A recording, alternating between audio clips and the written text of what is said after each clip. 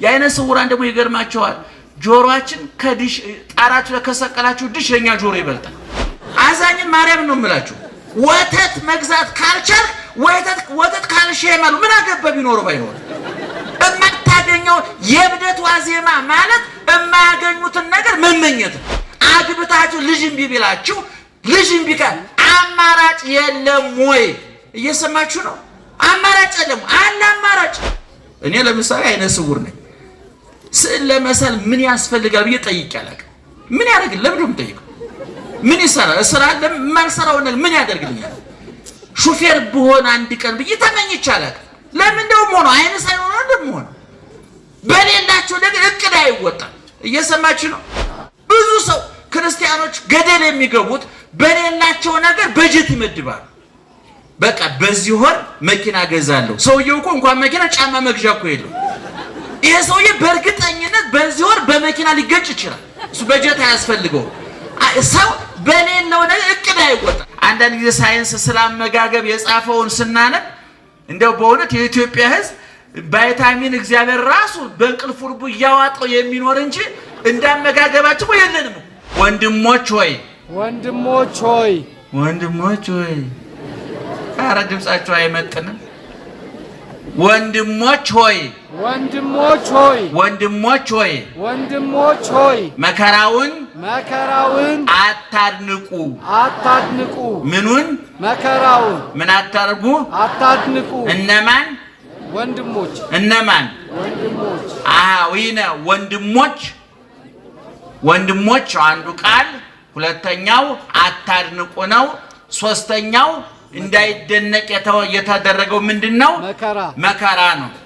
ይህ ቃል ታላቁ ሐዋርያ ቅዱስ ጴጥሮስ የተናገረው ቃል ነው። በአንደኛ ጴጥሮስ ምዕራፍ 4 ከቁጥር 12 ጀምሮ ያለ ቃል ነው። ቤታችሁ ገብታችሁ ብታነቡ ሙሉ ሐሳቡን፣ ሙሉ ምስጢሩን፣ ሙሉ ኃይለ ቃሉን ታገኙታላችሁ። እኔ ከዛ ቆንጥሬ ነው ያመጣሁት። በድጋሚ እግዚአብሔር ይግለጥልን። አሜን። እንግዲህ መጽሐፍ ቅዱስ ያጻፈው ቅዱስ እግዚአብሔር ነው። የጻፉት ቅዱሳን ሰዎች ናቸው። ስለዚህ ያጻፈው እግዚአብሔር ቅዱስ ስለሆነ የጻፉትም ሰዎች ቅዱሳን ስለሆኑ ቃሉ ደግሞ ምን ይባላል? ቅዱስ ይባላል። መጽሐፍ ቅዱስን ስናጠና አንድ የሃይማኖት መጽሐፍ ሲጠና መጽሐፉን የጻፈው ሰው ሕይወት አብሮ ይጠናል። ታላቁ ሊቅ ዮሐንስ አፈወርቅ ይደልዎ ለዘ ያነብብ ቅድመ ይስክር ስሞ ለባለ መጽሐፍ ወምዝ ያንብብ ወይማር መኑ ውእቱ ዘአስተናበራ። ታላቁ ሊቅ ዮሐንስ አፈወርቅ አንድ ሃይማኖታዊ መጽሐፍ የሚያነብ ሰው የመጽሐፉን ባለቤት ስም፣ ታሪክ ማጥናት አለበት፣ ሊያጠና ይገባዋል ይላል። የሮሜን መልእክት ስናጠና ጸሐፊውን ቅዱስ ጳውሎስን እናጠናለን። የተክለ ሃይማኖትን ገድል ስናጠና ተክለ ሃይማኖት ራሳቸውን እናጠናለን። ምክንያቱም ቅዱሳን የሚጠና ሕይወት፣ የሚነበብ ሕይወት፣ የተወነረ ሕይወት አላቸው። ብዙ ጊዜ እንደተናገርነው እንደምንናገረውም ኦርቶዶክሳውያን የተዋህዶ ቅዱሳንና ጻድቃን ሰማዕታት ሊቃውንት ክርስትናን ሰሙት፣ አመኑት፣ ኖሩት፣ የኖሩትን ጻፉት።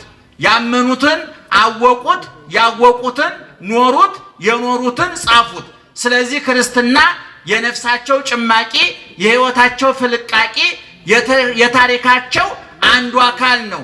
ልባቸው ያሰበውን አንደበታቸው ይናገረዋል። አንደበታቸው የተናገረውን ኑሯቸው፣ ሕይወታቸው ይኖረዋል። ምክንያቱም ኢየሱስ ክርስቶስ የቃልም የተግባርም መምህር ነው። ቅዱሳን ደግሞ የእሱ ተማሪዎች ናቸው። እንደምታውቁት ክርስትና ሲጠና በዋናነት የሚጠናው የክርስትና ውሃ ልክና መሰረት መደምደሚያና ጉልላት ኢየሱስ ክርስቶስ ነው። የኢየሱስ ክርስቶስ የሕይወት ታሪክ እንደው በሰውኛው እንደው መቃብሩ ላይ አንድ የሞተ ሰው ታሪክ ሲቀበር የገሌ ሕይወት ታሪክ ያቶ ገሌ፣ የወይዘሮ ገሌ፣ የዶክተር የፕሮፌሰር ወይም ያቡነ ገሌ ታሪክ ተብሎ እንደሚነበበው ቀራኒ ጎልጎታ መቃብር ላይ የኢየሱስ ክርስቶስ የሕይወት ታሪኩ ይነበብ። ከየት ተነስቶ በየት አልፎ የት ደርሶ ዛሬ ሞተ የሚለው ይታይ ቢባል አጭር ግልጽ ቀላል ታሪክ ነው። ከሰማይ ወረደ፣ ከድንግል ተወለደ፣ በበረት ተጣለ፣ በጨርቅ ተጠቀለለ፣ በዮሴፍ ቤት ለእናቱ ለድንግል ማርያም ላሳዳጊ አባቱ ለዮሴፍ እየታዘዘ ኖረ። በ30 ዓመቱ በዮርዳኖስ ወንዝ በዮሐንስ እጅ ተጠመቀ። በቆሮንቶስ ምድረ በዳ 40 ቀን 40 ሌሊት ጾመ። ከዛ ወጥቶ 3 ዓመት ከ3 ወር 3 አይነት ስራ ሰራ። አንደኛ ትምህርት አስተማረ፣ ሁለተኛ ድንቅ ተአምር አደረገ፣ ሶስተኛ በጎ ነገር ሰራ ተብሎ ሊተረክ ይችላል። በዚህ ውስጥ ኢየሱስ ክርስቶስ እኛ የምናከናውናቸውን ማህበራዊ ጉዳዮች አከናውኗል። እኛ የምናከናውናቸው ማህበራዊ ጉዳዮች 3 ናቸው። ሰርግ እንጠራለን፣ ለቅሶ እንደርሳለን፣ በሽተኛ እንጠይቃለን። ይሄን ያላደረገ ሰው የአእምሮ ጤንነት ማህበራዊ ህይወቱ ብቻ ሳይሆን የአእምሮ ጤንነቱም አደጋ ላይ ወድቋል ማለት ነው። አንዳንድ ሰዎች ሰርግ ማለድም ለቅሶ ማለድም የሚለው በራቸውን የሚዘጉ ሰዎች አሉ። ሰርግ ሲሆን የማይመጡ ለቅሶም የማይመጡ እነዚህ ምናልባት የጊዜ ጉዳይ እንጂ ሊያብዱ ይችላሉ። ሰው ለቅሶ መሄድ አለበት፣ ሰርግ መሄድ አለበት። በሚለቀስበት ጊዜ ካላለቀሰ፣ በሚሳቅበት ጊዜ ካልሳቀ ከሐዘንና ከለቅሶ ውጭ ሶስተኛ ቦታ የለም። ሶስተኛው ቦታ እብደት ነውና ሊያብድ እያኮበኮ ነው ማለት ነው። እኔ እዚህ ውስጥ ያላችሁ ሴቶች ባሎቻችሁ ለቅሶ አንሄድም ካሏችሁ ተጠራጠሯቸው። አቋርጦ ሊያብዱ ይችላሉ። እውነቴን ነው የምላችሁ። ለቅሶ መሄድ አለበት አንድ ሰው። ለቅሶ አልሄድም የሚል ለምን እንደው የማይሄደው? ለምን ነው ቀብር ማለት? ለምን ነው እንኳን ገብተህ ቁጭ ማለት? እኔ እሄዳለሁ። የዝንፎ ለምን እንደው የማትበለው? ነገ አንተ ትቀበር የለ እንዴ? ለምን ነው ሰርግ የማትሄደው? ነገ ትድር የለ እንዴ? ባትድር እንኳን ተድር የለ እንዴ? ስለዚህ ኢየሱስ ክርስቶስ ይገርማቸዋል። በ3 ዓመት ከ3 ወር በእኛ መካከል ሲኖር እነዚህ ማህበራዊ ጉዳዮች ተወጥቷል። ሰርግ ቤት ተጠርቶ መጥቷል። እናቱ ተጠርታ መታ ነበረ። ተማሪዎቹን አስከትሎ መጣ። የመጣው ውሃውን ወይን ለማድረግ አይደለም። እንደ ማንኛውም ሰው ሰርግ ተጠርቶ ጥሪውን አክብሮ ነው የመጣው። እግዚአብሔር ካልተጠራ አይመጣም፣ ከተጠራ አይቀርም። እግዚአብሔር ድንኳን ሰባሪ አይደለም፣ ሳይጠራ አይመጣም። ከተጠራ ግን ቦታ አይመርጥም። ሁልጊዜ እንደምለው ሰዎች ምድራውያኑ ባለስልጣኖች ሲጠሩ 3 ጥያቄ ያቀርባሉ። አንደኛ የምንጎበኘው ቦታ ለክብራችን ይመጥናል ወይ? ሁለተኛ ለደህንነታችን አስተማማኝ ነው ወይ? ሶስተኛ በጉብኝታችን ምን ውጤት እናመጣለን፣ ትርፉ ምንድን ነው ብሎ ይጠይቃሉ። እውነት ነው፣ መጠየቅ አለባቸው። ኢየሱስ ክርስቶስ ሲጠራ ለክብሬ ይመጥናል ወይ ብሎ አይጠይቅም። ከበረት የበለጠ ቆሻሻ ለክብር የማይመጥን ቦታ የለም። እዛ ቦታ ተወልዷል እግዚአብሔር። ለደህንነት ያስተማማኝ ነው ወይ አይልም። ከመስቀል የበለጠ ለደህንነት አስጊ የመከራ ቦታ የለም። መስቀል ላይ ተገኝቷል እግዚአብሔር። የጉብኝቱ ውጤት ምንድን ነው ብሎ አይጠይቅም እግዚአብሔር። ሐሞት፣ ኮምጣጤ፣ ችንካርና ጅራፍ እንደሆነ ያውቀዋል። ነገር ግን ኢየሱስ ክርስቶስ ቅድም እንዳልኳቸው እኛ ባለፍንባቸው መንገዶች ሁሉ አልፏል። ምክንያቱም የኛ ጌታ የማያደርገውን አይናገርም። እንደምታውቁት ምድራውያን ባለስልጣኖች በተሽከርካሪ ወንበር በለስላሳ ምንጣፍ ቁጭ ብለው ሸካራ ትእዛዝ ይሰጣሉ። በተሽከርካሪ ወንበር ቁጭ ብለው የሚሽከረከር መመሪያ ይሰጣሉ። የማያደርጉትን ያሸክማሉ፣ የማይፈጽሙትን ያዛሉ። የኛ ጌታ ግን እግዚአብሔር ተዋጊ ነው፣ ስሙም እግዚአብሔር ነው። እግዚአብሔር ከሰማይ ወረደ፣ ከድንግል ተወለደ እና ገብርኤልን ሚካኤልን ሂዱ አድኗቸው አላለም። እነ ኢሳያስ እና ኤርሚያስን ተሰቀሉላቸው አላለም። አድርጉ ነው ያለው። እየሰማችሁ ነው? አድርጉ ነው ያለው። ፈጽሙ ነው ያለው። እና ሐዋርያትም ቅድም እንደተናገርኩት በዚሁ መንገድ ነው ያለፉት። እንደ ፈጣሪያቸው ናቸው። ተመሰሉ ኪያየ በከመ አነ እትሜሰሎ ለክርስቶስ። ሐዋርያው ቅዱስ ጳውሎስ በአንደኛ ቆሮንቶስ ምዕራፍ 11 ላይ እኔ በሉ እስኪ እኔ ጮክ ብላችሁ እስኪ እኔ ኧረ ጮክ ብላችሁ እኔ ክርስቶስን እንደመሰልኩ እናንተም እኔን ምሰሉ። እሱ ማንን ይመስላል? ክርስቶስን። ማንን ይመስላል? ክርስቶስን። እኛ ደግሞ ማን እንድንመስል ታዝዘናል? ክርስቶስን። በምን አቅም ነው የምትመስለው? አልሰማችሁኝ?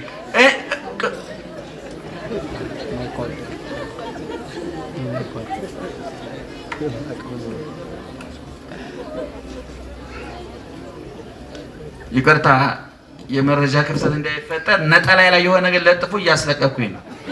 ዓለም ላይ ትልቁ ጦርነት የመረጃ ክፍተት ነው ይባላል እና ምንም እየተከናወነ አይደለም ማለት ነው። የማታዩ ሰዎች ደህና ዋላችሁ? እግዚአብሔር ይመስገን። ነቅታችሁ ስሙን። እኔ ማንን እመስላለሁ አለ ቅዱስ ጳውሎስ ክርስቶስ። እሺ እናንተ ደግሞ ማንን ምሰሉ አለ? እኔን። ማንን? ቅዱስ ጳውሎስን። አሁን ይሄን ነገር እኔም ሰባኪ ነኝ ለስሙ አይደለ? እኔን ምሰሉ ብዬ አልናገርም። ስከሩ ቢሆንስ፣ ተደባደቡ ቢሆንስ፣ አመንዝሩ ቢሆንስ፣ ዋሹ ቅጠፉ ቢሆንስ፣ ቅዱሳን አባቶቻችን ግን የደረሱበትን ደረጃ ስለሚያውቁት አፋቸውን ሞልተው ማንን ምሰሉ ይላሉ? እኔን ምሰሉ ይላሉ። እና ቅድም እንደተናገርኩት ኢየሱስ ክርስቶስ ከተወለደበት እስከሚያርግበት ጊዜ ድረስ ያለው የህይወት ታሪኩ እዚህ ቦታ በላ፣ ጠጣ፣ ተደሰተ፣ ተዝናና ተብሎ አልተጻፈለትም። ምናልባት ለባህሪው አይስማማውም ብቻ ብለን የምናልፈው አይደለም። ነገር ግን የትም ቦታ እንዲያውም ታላቁ ሊቅ ዮሐንስ አፈወርቅ መነኮሳት አባቶቻችን ሲያስተምር ምናል ኦ መነኮስ ባይቴ ሰማይከ ከመሳሐቀ ክርስቶስ፣ አንተ መነኮስ ክርስቶስ በቀራንዮ ላይ ራሱ ላይ የደፋውን የሾህ አክሊል ምሳሌ የሆነውን ቆብ የደፋ የለበሰውን ቀሚስ የለበስ የተገረፈውን ግርፋት የምታስታውሰን አንተ መነኩሴ መነኮስ አሰምተህ የምትስቀው ክርስቶስ ሳቀ ተብሎ ተጽፏል ይላል። ኢየሱስ ክርስቶስ ተደሰተ ተብሎ ተጽፏል። እኛ በሚገባን ቋንቋ እኛ በምንረዳው ቋንቋ አለቀሰ ተብሎ ግን በስፋት 3 ጊዜ ተጽፏል። ኢየሱስ ክርስቶስ 3 አራት ወር በማርያም ከጀርባ ነው እናንተን አይደለም። ደህና ዋላችሁ? እግዚአብሔር ይመስገን። እነ ኢዮቤ ሲያስተምሩ ቢወራም ችግር እነ ኢዮቤ ትዕግስተኛ ናቸው፣ ታውቋቸዋላችሁ። እኔ ግን ትዕግስት የሚባል አልፈጠረብን። እነ ትዕግስት ይባሉ ሰዎች ነው የማውቀው። ትዕግስት የለኝም። በጣም ብዙ ችግር አለብን እና ባይወራ በጣም ነው ደስ የሚለው። የዓይነ ስውራን ደግሞ ይገርማቸዋል። ጆሮአችን ከዲሽ ጣራችሁ ለከሰቀላችሁ ዲሽ የኛ ጆሮ ይበልጣል። ከርቀት ነው የሚስበው። ምክንያቱም አይናችን አልወሰደም፣ እዚህ ላይ ነው ደብል አድርጎ የሰጠና እናንተ የማሰሙትን ሁሉ እኛ እንሰማዋለን። ይገርማቸዋል። ደህና ዋላችሁ? እና ልነግራችሁ የፈለኩት ምንድነው? ክርስትና በመከራ ውስጥ ያለፈ ሃይማኖት ነው። ክርስትና እንደምታውቁት ክርስቶስ ከሚለው ውድ ስም የተፈለቀቀ ነው። የወርቅ ፍልቃቄ ምንድነው? ወርቅ ነው አይደለም? ክርስትና የተፈለቀቀው ክርስቶስ ከተባለው ወርቅ ስም ነው።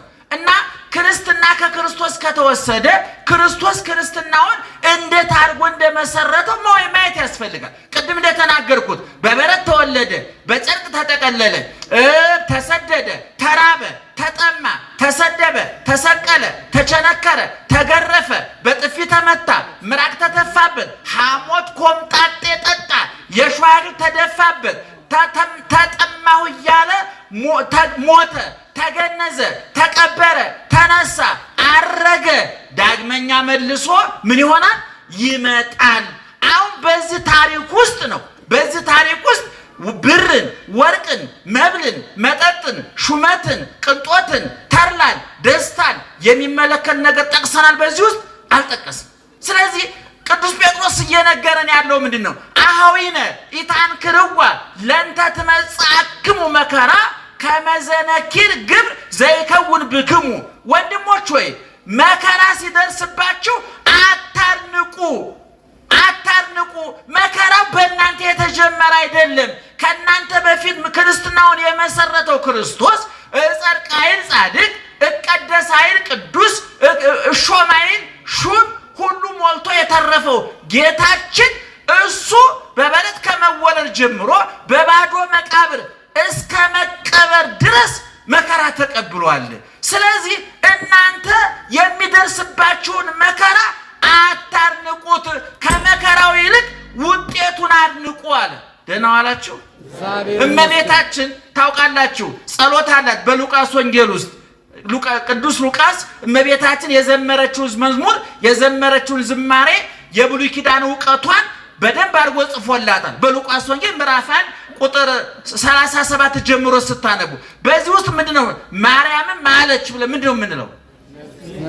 ነፍሴ እግዚአብሔርን ምን ታደርገዋለች? ታከብረዋለች። ቀጥሎስ መንፈሴም በአምላኬና በመድኃኒቴ ምን ታደርጋለች? ሐሴት ታደርጋለች። ተፈስሐ ደስ ተሰኘ፣ ተሐሴ ደስ ተሰኘ። በግዕዝ ሐሴት ማለት ይሄ በልቶ ጠጥቶ ለብሶ ተሹሞ ተሽሮ ተኝቶ ተነስቶ የሚገኘው ደስታ አይደለም። የኛ ደስታ ታውቁታላችሁ። ቀን ምሳ በልተን ደስ ይለናል። ከአንድ ከሁለት ሰዓት በኋላ ወዳችን ባዶ ቀርቶ ሐዘን ያመጣል። የዛ ዓለም መጠጡ፣ ምግቡ፣ ሹመቱ፣ ሽልማቱ ሁሉም ነገር ያልፋል። አይተነዋል። እውነቱን ለመናገር ዛሬ እንዝናና ብላችሁ ወደ አንድ ቦታ ብትሄዱ ያንን ቦታ እስከምታዩ ድረስ ትቸኩላላችሁ። ካያችሁት በኋላ ግን ትሰለቹታላችሁ። ምክንያቱም መዝናናት ማለት አዲስ ነገር ማድረግ ማለት ሳይሆን አንድን ነገር መቀየር ማለት ነው። ለምሳሌ አንድ አውሮፕላን አብራሪ ፓይለት ለመዝናናት ምንድነው የሚያደርገው? ወይ ባጃጅ ነዳር ወይ ጋሪ ነዳር። ለምን ታምር እኮ የለው። ዞትር ዝታች ያለው ትልቅ ሆቴል አለ አይደል? እዛ ውስጥ የሚሰራ ሰራተኛ ለመዝናናት እኮ እዛ ይመጣል። ሌላ ቦታ ነው የሚሄደው። ሁሉ ጊዜ መዝናናት እኛ ማርነቅ ስለምንወድ መጨነቅ ስለምንወድ እንጂ አዲስ ነገር የለው። ስለዚህ ኢየሱስ ክርስቶስ የነገረን ምንድነው? እናንተ ለመከራ የተዘጋጃችሁ ሁኑ። ሐዋርያትንም ሲልካቸው በማቴዎስ ወንጌል ምዕራፍ 10 ሙሉ ታሪክ ውስጥ ተመለከቱ። ወጸውዖሙ ለአሰርቶ ክሌቱ ሐዋርያት ይልና 12ቱን ሐዋርያት ጠራቸው ይላል። ጠርቶ ወሃቦሙ መንፈሰ ስልጣን ሰጣቸው። ዲበ መናፍስት ርኩሳን አጋንንት ርኩሳን መናፍስትን ያስወጡ ዘንድ ሙት አስነሱ፣ ድውይ ፈውሱ፣ ለምጽ አንጹ፣ ዓይን አብሩ ብሎ ሹመት ሰጣቸውና ቁጥር 16 ላይ መብታቸውን ዘርዝሮ ከጨረሰ በኋላ የማቴዎስ ወንጌል ምዕራፍ 10 ቁጥር ከ1 እስከ 16 እያልኳችሁ ነው። ታሪካቸው መብታቸውን ስልጣናቸውን ማድረግ የሚችሉትን ነገር ሁሉ ነገራቸውና ቁጥር 16 ላይ ምን አለ? ወናሁ እፌነወክሙ ከመ አባግዕ ማእከለ ተኩላት፣ በበጎች መካከል እንደ ተኩላ በበጎች መካከል እልካችኋለሁ። ተኩላ አለ፣ እናንተ በጎች ናችሁ ብሎ ነገራቸው ኢየሱስ ክርስቶስ። ይሄ ራሱ ያሳለፈው ህይወት ነው። ቅድም እንደተናገርኩት በበረት ተወለደ፣ በጨርቅ ተጠቀለለ፣ ራበው፣ ጠማው፣ ተሰደደ፣ መከራ ተቀበለ። ለሐዋርያት ያዘዛቸው በእሱ ያልሆነውን ነገር አይደለም፣ እሱ ያለፈበትን ነው። እና ቅዱስ ጴጥሮስም ለምእመናኑ ለክርስቲያኖቹ የሚነግራቸው ወንድሞች ሆይ ፈተና ይመጣል፣ እንደ እሳት ወርቅ በእሳት እንዲፈተን እንዲነጥር እናንተንም የሚያነጥራችሁ የሚያጠራችሁ የሚያሳምራችሁ ከክርስቶስ ከሐዋርያት ጋር አንድ የሚያደርጋችሁ ለሰማያዊ ሹመትና መንግስት የሚያዘጋጃችሁ መከራ በመካከላችሁ ይሆናል። ነገር ግን መከራውን በማድነቅ በመሰቀቅ አትሽሹ፣ መከራውን ተጋፈጡት ነው ያለው። እንግዲህ ዛሬ ታውቃላችሁ ብዙ ክርስቲያን የሚያየው ጎረቤቱን የሚያየው ጓደኛውን የሚያየው የተገነቡትን ፎቆች የሚያየው የእሱ ጎረቤት የሚነዳውን መኪና የለበሰውን ሱፍ የሚዝናናበትን ቦታ ስለዛ ነው መረጃ የሚሰበስበው። አሁን እዚህ ውስጥ ያለን ክርስቲያኖች እንደው በጣም ይቅርታ ይደረግልኝና ስለ አሜሪካ ካለን መረጃና ስለ መንግስተ ሰማያት ካለን መረጃ የትኛው ይበልጣል? የአሜሪካ። እስኪ ንገሩን ለምን እናንተ ብቻ ቋርላችሁ እኛም መነኮሳት ጳጳሳት ሁሉ ስለ ገነት ከሰበሰቡን መረጃ ይልቅ ስለና ዋሽንግተን የሰበሰቡን መረጃ ይበልጣል። ሁላችንም ነን የቀለጥነው፣ እናንተ ብቻ እኮ አይደላችሁ። ነገር ግን ክርስቲያኖች መረጃ መሰብሰብ ያለባችሁ ስለማን ነው? ስለ መንግስተ ሰማያት ነበረ። መንግስተ ሰማያት ምን አይነት እንደሆነች እኮ በዮሐንስ ራእይ ምዕራፍ 21 ሙሉ ታሪኳ ተጽፏል። የከተማ ውበት ዛሬ ወግል ብታደርጉ አንድ ዩቲዩብ ውስጥ ብትገቡ ስለ አሜሪካ ከተሞች፣ ስለ አውሮፓ ከተሞች፣ ስለ ጥራታቸው፣ ስለ ውበታቸው፣ ስለ መዝናኛቸው፣ ስለ ተሟላላቸው የኑሮ መለኪያ መመዘኛ ብዙ መረጃ ይሰጣል። ስለ ቻይና ከተሞች ብዙ መረጃ ይሰጣል። መጽሐፍ ቅዱስ ግን የሚነግረን ስለ መንግስተ ሰማያት ነው። በዚህ በዮሐንስ ራእይ ምዕራፍ 21 ላይ ስትመለከቱ ወንጌላዊ ዮሐንስ የመልአክ አስጎብኝ ተሰጥቶት፣ አስጎብኚው ልብ አድርጉ መልአክ ነው። ዛሬ አክሱም ስትሄዱ፣ ላሊበላ ስትሄዱ፣ አንዳንድ ትልልቅ የታሪክ ቦታዎች ስትሄዱ አስጎብኚዎች ይመደቡላቸዋል። አንዳንዱ አስጎብኝ ከእናንተ የተሻለ መረጃ የሌለው ትዝ ያለውን የሚያወራል። አንዳንድ ጊዜ ትዝ ምንም ያላነበበ ስለሚያስጎበኘው ምንም መረጃ የሌለው አይን ስላለው ብቻ። አንዳንድ ጊዜ በቴሌቪዥን ኳስ ስትከታተሉ እነዚህ በሬዲዮ ኳስ የሚያስተላልፉ ሰዎች አሉ። አንዳንዶቹ አይን ስላላቸው ብቻ ነው ኳስ የሚያስተላልፉት። ምንም እውቀት የላቸው ያስታውቃሉ። መቼም እገሌ ኳስ ይዞ ወደዛ እየሄደ ብሎ ለመናገር አይን እንጂ እውቀት አይጠይቅም አይደል? እና አሁን አያቸው ዮሐንስን እያስጎበኘው ያለው አስጎብኝ ተብሎ እግዚአብሔር የመደበለት ለዮሐንስ ምንድነው? መልአክ ነው የመደበለት። እና ዮሐንስ መንግስተ ሰማያትን እየዞራየ ጣዕመ መንግስተ ሰማያትን፣ ተድላ መንግስተ ሰማያትን፣ የመንግስተ ሰማያትን ጣዕሟን ደስታዋን እየዞረ ጎበኘ። ወዳው ከዛ አውጥቶ ደግሞ ገሃነመ እሳትን እያዞረ አስጎበኘው መልአኩ።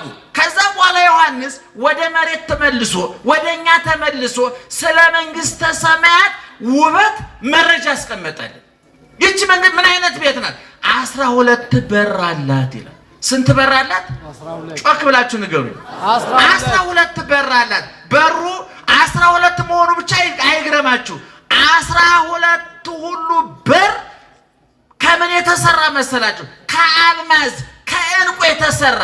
ዛሬ አልማዝና ዕንቁ እዚህ ውስጥ እርግጠኛ ነኝ ያለው ሰው የለም። እውነቱን ለመናገር እንደ ትልልቆቹ ሰዎችም እንዲያው አርቲፊሻሉን ያገኙት መደበኛው አልማዝ መደበኛው ዕንቁ እንዲህ በቀላሉ አይገኝም። መንግስተ ሰማያት ግን በሮቿ የተሰሩት ከምንድነው ይላል? ከዕንቁ ከአልማዝ የተሰራ። እንደገና የከተማይቱ ይሄ ወለሉ ማን ይሄ አስፋልቱ ዙሪያውን አደባባዩ የምታዩት ከንጹህ ወርቅ የአስፋልቱ የምትረግጡት እኮ ነው ምእመናን። አስፋልት መኪና የሚነዳበት ማለት እኮ ነው። ንጹህ ወርቅ ነው ያ የመንግስተ ሰማያት ወለሏ፣ አስፋልቷ፣ አደባባይዋ ከንጹህ ወርቅ የተሰራ ነው። ሶስተኛ መንግስተ ሰማያት እያርብ ፀሐይኪ ወይጸልም ወርቂ ብሎ በኢሳይያስ እንደተናገረ ፀሐይ ጨረቃ የሌሉባት፣ ክረምት በጋ የማይፈራረቅባት፣ ቀን ሌሊት የሌለባት ወይትፈቅድ ፀሐየ ወወርሃ ከመ ያብርሁ ላቲ ፀሐይና ጨረቃ ያበሩላት ዘንድ የማትሻ። እንዴት ደስ ይላል ምእመናን! ዛሬ የኤሌክትሪክ ዋጋ ምን ያህል እንደሆነ ታውቃላችሁ? ለዛውም ሲመጣ እኮ ነው አይደል? ለዛውም ከመጣም ቢመጣም ችግር ነው። ዋጋው ብዙ ስለሆነ ቢቀርም መከራው ጨለማ ስለሆነ ሁለቱም አደጋ ነው። ውሃውን ታውቃላችሁ? ቢመጣ የደፈረሰ ውሃ ነው፣ ቢቀርም እንደው ቧንቧው ራሱ ውሃ ጠምቶ ደርቋል። ይገርማችኋል። ታውቁታላችሁ በየቤቱ። እንደው ኢትዮጵያውያን እንደው በሳይንስ መመዘኛ እኔ አንዳንድ ጊዜ ሳይንስ ስላመጋገብ የጻፈውን ስናነብ እንደው በእውነት የኢትዮጵያ ሕዝብ ቫይታሚን እግዚአብሔር ራሱ በእንቅልፉ ልቡ እያዋጠው የሚኖር እንጂ እንዳመጋገባቸው የለንም። እኔ ሳይንሱ መረጃ በነገራችን ላይ ምእመናን ስለማታገኙት ምግብ መረጃ ሰብስቡ። የብደት ዋዜማ ይሄ ነው። ስጋ ፕሮቲን አለው ብለን መሰብሰብ ያለብህ እኪስ የስጋ መግዣ መኖሩን አረጋግጠን። አዛኝን ማርያም ነው የምላችሁ። ወተት መግዛት ካልቻልክ ወተት ካልሸመሉ ምን አገባ ቢኖር ባይኖር የማታገኘው የብደት ዋዜማ ማለት የማያገኙትን ነገር መመኘት ነው። እየሰማችሁ ነው? እኔ አንድ ሰው ጤነኛ ሆኖ መኖር ከፈለገ 3 ነገር ማድረግ አለበት። አንደኛ በሌለው ነገር እቅድ አለመውጣት። ብዙ ሰው ክርስቲያኖች ገደል የሚገቡት በሌላቸው ነገር በጀት ይመድባሉ። በቃ በዚህ ወር መኪና ገዛለሁ። ሰውየው እኮ እንኳን መኪና ጫማ መግዣ እኮ የለው። ይሄ ሰውዬ በእርግጠኝነት በዚህ ወር በመኪና ሊገጭ ይችላል። እሱ በጀት አያስፈልገውም። ሰው በሌለው ነገር እቅድ አይወጣም። ሀገሮች እኮ ለምሳሌ አሜሪካ የምትበጅተው በጀትና የኛ ሀገር የምትበጅተው በጀት አንድ ነው እንዴ? ምናልባት አሜሪካ ለአንድ ፕሮጀክት የመደበችው በጀት ለኛ መንግስት የዓመት በጀት ሊሆን ይችላል። አይ ማን ከማን ያንሳል ብሎ እንደ አሜሪካ በጅታለው ካለ ምን ሊፈጠር እንደሚችል እግዚአብሔርም እኛም መንግስትም ያውቅ። ስለዚህ ሁሉ ጊዜ እየሰማችሁ ነው የጤነኝነት የሰላማዊ ኑሮ አንዱ መለኪያ በሌለ ነገር እቅድ አለማውጣት። በሌላችሁ ነገር እቅድ አታውጡ። ስለሌላችሁ ነገር መረጃ አትሰብስቡ። እኔ ለምሳሌ አይነ ስውር ነኝ። ስዕል ለመሳል ምን ያስፈልጋል ብዬ ጠይቄ አላውቅም። ምን ያደርግልኝ? ለምን ደም ጠይቀው? ምን ይሰራል? ስራ ለማልሰራው ነገር ምን ያደርግልኛል? ሹፌር ብሆን አንድ ቀን ብዬ ተመኝቼ አላውቅም። ለምን ደም ሆኖ አይነ ሳይሆን ደም ሆኖ በሌላችሁ ነገር እቅድ አይወጣም። እየሰማችሁ ነው? በደንብ ስሙኝ። በትዳር ውስጥ ያላችሁ ባልና ሚስቶች ማታ ቁጭ ብላችሁ ስትወያዩ በደሞዛችሁ ልክ ነው እቅድ የሚወጣው። ብዙ ሰው ከአቅሙ በላይ እያቀደ ነው ከአቅሙ በታች እየኖረ ያለ እና አንዱ ከአቅም በላይ እቅድ አለማውጣት። ሁለተኛስ በማትለውጡት ነገር ጊዜ ማጥፋት። ብዙዎቻችን በማንለውጠው ነገር ጊዜ ማጥፋት እንወዳለን። በቃ አንድ ነገር አንድ ችግር ከደረሰባችሁ ያ ችግር ከናንተ በፊትም ነበረ፣ በእናንተ ጊዜም አለ፣ ከናንተ በኋላም አለ። ለምሳሌ አግብታችሁ ልጅ እንቢ ቢላችሁ ይሄ ተአምር ነገር ነው፣ አዲስ ነገር ነው። እናንተ የመጀመሪያ ናችሁ፣ እናንተ የመጨረሻ ናችሁ። ለዛውስ ላይ መንግስት ልጅ መውለድ የመንግስተ ሰማያት የይለፍ ወረቀት ነው እንዴ? ባይወለድስ? ድንግል ማርያም አንድ ወልዳ እኮ ሔዋን 60 ነው የወለደችው። 60 ሁሉ የት እንደገቡ እሷና አዳም ናቸው የሚያውቁ። ምንም መረጃ የለንም። ባክ ነው የቀሩ። ድንግል ማርያም አንድ ወልዳ እነ ኤልሳቤጥ ዮሐንስ አንድ ወልደው ኧረ ሳይወልዱም ተባርከዋል። መውለድ እኮ ይሄ ከመላእክት ጋር የምንመሳሰልበት እኮ አይደል፣ ከእንስሳት ጋር የምንመሳሰል። አንተ 4 ልጅ ካለ የሆነ እስላም እኮ 4 ጥጃ አላት። ምንም አንተ 4 የሆነች በቃ 4 ልጅ ወልዳል። ምንም ተአምር የለው። አንተ ጻድቅ ስለሆንክ አይደለም የወለድከው፣ ቅዱስ ስለሆንክ አይደለም የወለድከው። የሰው ዘር መቀጠል ስላለበት እግዚአብሔር ስለፈቀደ ነው። ስለዚህ እኔ አግብታችሁ ልጅ እምቢ ቢላችሁ ልጅ እምቢ ካለ አማራጭ የለም ወይ? እየሰማችሁ ነው? አማራጭ የለም አለ አማራጭ። ስለዚህ እንደው ልጅ ቢኖረኝ አንድ እህት አሁን በህይወት የለችም፣ ነፍሷን ይማር፣ ከአብርሃም ከይስሐቅ ጋር ያሳርፍልን። እንዲሁ ልጅ አልነበራትም እና መኪና ውስጥ አለች። አንዳንድ ጊዜ መኪና እየነዳው እንዲህ ከኋላ ዞር በይና መኪናሽ እኮ ካርሴት የለውም፣ የህፃናት ከኋላ የሚታሰሩበት ወንበር አለ አይደል? መኪና አንድ ቀን የህፃናት ወንበር ሳይታሰርበት እያለ ያሳስበኛል አለ። ሰይጣን መረጃ የሚሰጣችሁ ሊያሳብዳችሁ ሲፈልግ፣ እየሰማችሁ ነው? ሰይጣን መረጃ ስለ አንድ ጉዳይ ሰይጣን ከጠየቃችሁ ሊሞላላችሁ ሳይሆን ይሄ ነገር ከሌለ ለምን ታንቃት ሞትም። እና አንድ ጊዜ አስታውሳለሁ አንድ እህት እኔን ማረጋጋቷ ነውና ወይ እንደው አይኔ ቢጠፋ በህይወት መቀጠል አይመስለኝም። አሁን ለአንድ አይነ ስውር እንደዚህ ይባላል። ይሄ እኮ ታንቀሙት እኮ አንዳንድ የኛ ሰው የምናጽናናበት ነገር አናውቀውም እኮ። ይገርማችኋል እንዴ አይን ባይኖረኝ እኮ እንዴት እኖራለሁ አይባልም። ባታይም ችግር የለም ነው የሚባለው ለማጽናናት አይደል? አንዳንድ ጊዜ በማትለውጡት ነገር ጊዜያችሁን አታጥፉ። ደህና አደራችሁ፣ ደህና ዋላችሁ። እየሰማችሁ ነው? ክርስቲያን ጥሩ ክርስቲያን የሚባለው አንድ በሌለው ነገር እቅድ የማይወጣ፣ ሁለት በማይለውጠው ነገር ገንዘቡና ጊዜውን የማያጠፋ። ትልቁ ችግር በማትለውጡት ነገር ጊዜያችሁና ገንዘባችሁን ታጠፉና የምትለውጡት ነገር ያመልጣችኋል። እየሰማችሁ ነው? ለምሳሌ አንድ ሰው ልጅ እምቢ ቢለው አማራጩ ምንድነው? ሌላ ልጅ ማሳደግ ይቻላል፣ ሌላ በጎ ስራ መስራት ይቻላል። ሰይጣን ግን ሌላ ስራ እንዳይሰራ ምን ያደርገዋል? እዚህ ላይ ተቸክሎ እንዲቀር ያደርገዋል። ይህን ያኘከ ያላመጠ ተስፋ እንዲቆርጥ ያደርገዋል። ቅዱሳን አባቶቻችን ይህን አላደረጉ።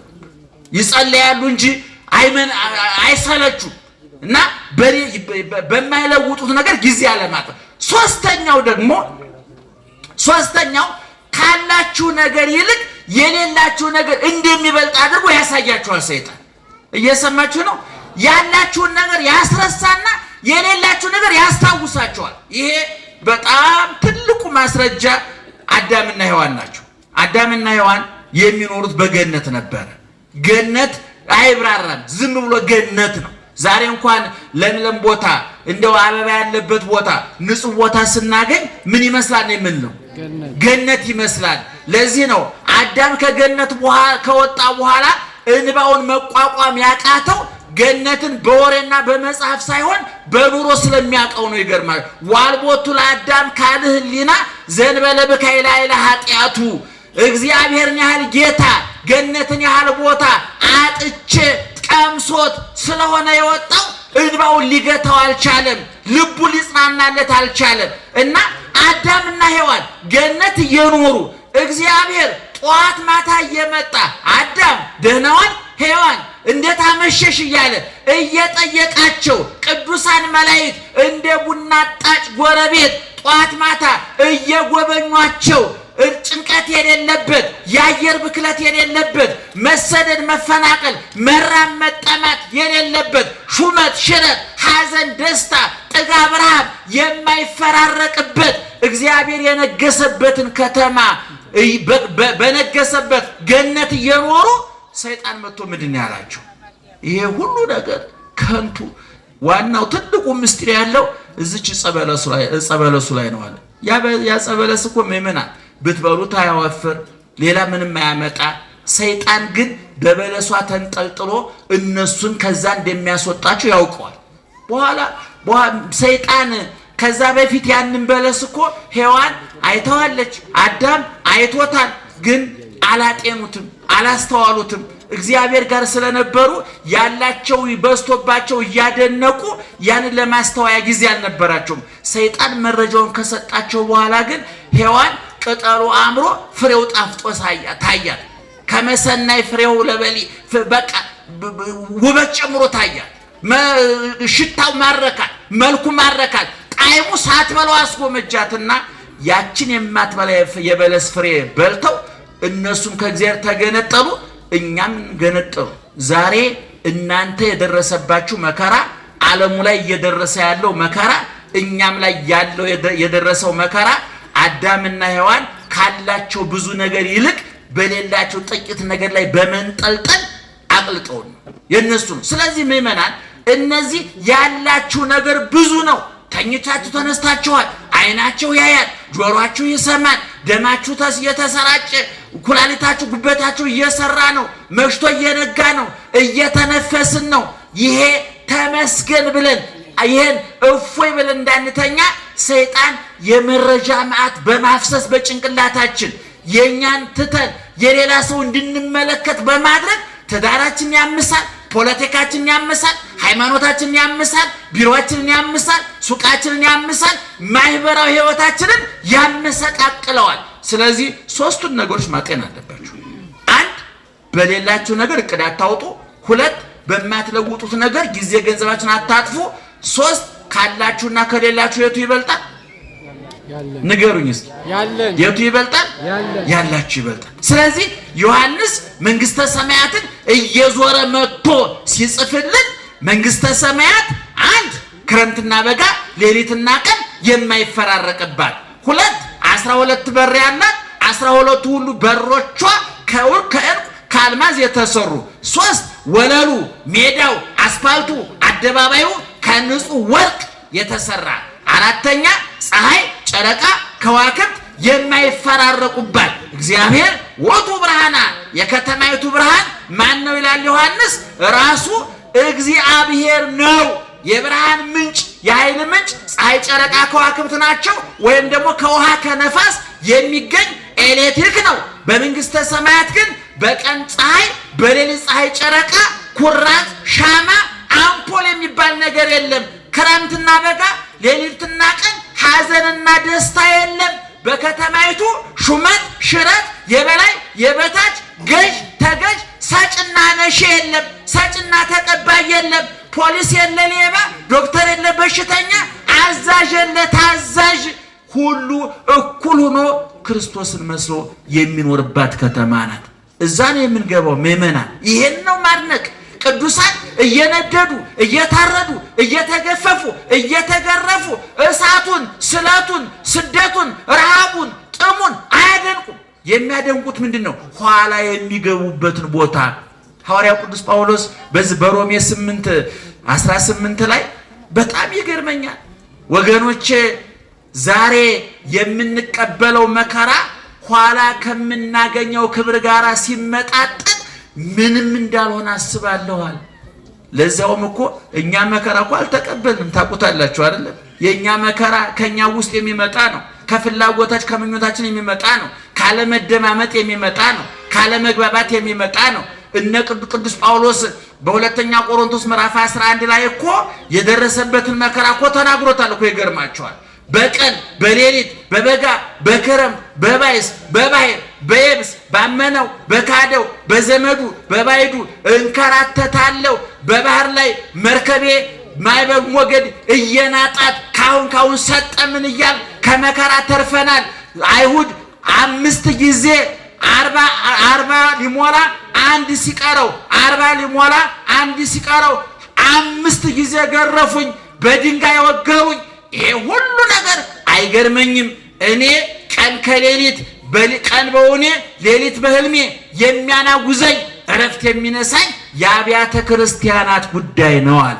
ስለዚህ ምእመናን ቅዱስ ጴጥሮስ ያለን ምንድነው? የሚመጣባችሁን መከራ ምን አትበሉት? ምን አትበሉት? አታድንቁት። ከመከራው ይልቅ ምኑን አድንቁት ይላል? ውጤቱን አድንቁት።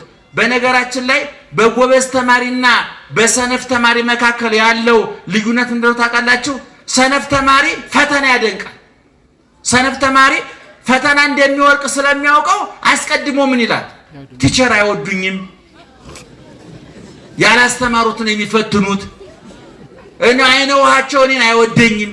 ስለዚህ አሁን አስቀድሞ እንደሚወርቅ ስለሚያውቀው የሚወርቅበትን ቦታ እየጎዘጎዘ ፈተናው ከባድ ነው፣ ትምህርቱ ከባድ ነው። ቲቸር ቅድም እንዳልኳችሁ ነው። ወንበሩ አይመቸኝም፣ ተማሪው ብዙ ነው ክፍል ውስጥ፣ ተማሪዎች ይመቀኙኛል፣ ተማሪዎች ራሱ አይተኙልኝም። ተማሪዎች ቆረስተው ለጥ ብለው ተኝተው እያጠኑ እኮ ነው የራሳቸው ነው። ሰነፍ ተማሪ ፈተና ያደንቃል። ጀግና ተማሪ ግን ስለ መምሩ አያወሳም፣ ስለ ክላሱ አያወሳም፣ ስለ ተማሪዎቹ አያወሳም፣ ስለ ትምህርቱ ክብደትና ቅለት አይናገርም። ጸጥ ብሎ ትምህርቱን ያጠናል። በፈተና ጊዜ ውጤቱን ያየዋል። ቅዱሳን ሐዋርያት ፈተና አድናቂ አይደሉም፣ ችግር አድናቂ አይደሉም፣ ረሃብ አድናቂ አይደሉም፣ ጥም አድናቂ አይደሉም፣ ስደት አድናቂ አይደሉም፣ ሰይፉን ስለቱን አድናቂ አይደሉም። የሚያደንቁት የተከፈለላቸውን ዋጋ ነው። ቅዱስ ጊዮርጊስ በሰይፍ እየታረደ በእሳት እየነደደ እንደ እየተፈጨ እየተቆላ ያ ሁሉ የመከራ ዶፍ እየወረደበት እንዲህ አለ፣ እፎ እይሄሊ ከመ አምላኬ ተሰቅለ ዲበ ዕፀ መስቀል። እኔ ጸድቃለሁ ብዬ ነው፣ ገነት እገባለሁ ብዬ ነው፣ የዘላለም ሕይወት አገኛለሁ ብዬ ነው። ብታረድ እከብርበታለሁ፣ ብነድ እቀደስበታለሁ፣ ብገፈፍ ብገረፍ የብርሃን ልብስ እለብስበታለሁ። እኔ ብራብ ብጠማ የሕይወት እንጀራ የሕይወቷ እበላበታለሁ፣ እጠጣበታለሁ። እስር ቤት ብገባ መንግሥተ ሰማያት እገባበታለሁ። የኔ ጌታ ቀራንዮ ላይ ያን ሁሉ ዋጋ የከፈለው ምን አገኛለሁ ብሎ ነው? እሱን አላስብም ወይ? ክርስቲያን ሁለት ዓይን ሊኖረው ይገባል። ደህና ዋላችሁ? ስንት ዓይን? ሁለት ዓይን ሊኖረው ይገባል። አንዱ ቀራንዮ ላይ በመስቀል የተሰቀለውን ጌታ በቁስሉ ውስጥ ከነ ፍቅሩ የሚያይ፣ ሁለተኛው ዓይን ወደ ሰማይ ወጥቶ ክርስቶስን በአባቱ ቀኝ በዙፋኑ በጌትነቱ ከነ ክብሩ የሚያይ። ስለዚህ በቀራንዮ ፍቅሩ እየጸና በሰማያዊ ክብሩ እየቀና መከራውን ተቋቁሞ ይኖራል። በሐዋርያት ሥራ ምዕራፍ 7 ላይ እስጢፋኖስ በድንጋይ እየተወገረ የድንጋይ ቁልል እየተቆለለበት አጥንቱ እየተሰባበረ ደሙ እየተንዠቀዠቀ ስጋው እየተቦጫጨቀ ቆዳው እየተሸነታተረ ምን አለ? አባት ሆይ ጌታዬ አለ፣ ወይ ትረሲ ቦሙ ጌጋዬ፣ እስጢፋኖስን በድንጋይ ወገሩ ብለህ ዕዳ በደል አታድርግባቸው አለ። አንድ ዓይኑ የት ነበር ማለት ነው? ቀራንዮ ላይ ምን ሲባል ሰምቷል? አባት ሆይ የሚያደርጉትን አያውቁምና ምን በላቸው አለ? ይቅር በላቸው አለ። እስጢፋኖስ በድንጋይ እየተወገረ ዓይኑ ቀራንዮ ነበር ማለት ነው። አንድ ዓይኑ ደግሞ በሰማይ ነበረ። ኢየሱስ ክርስቶስን በሰማያዊ ክብሩ በአብ ቀኝ ተቀምጦ አየው ይላል። ስለዚህ እስጢፋኖስ ስንት ዓይን ነበረው? አንድ ዓይኑ ቀራንዮ፣ አንድ ዓይኑ መንግሥተ ሰማያት።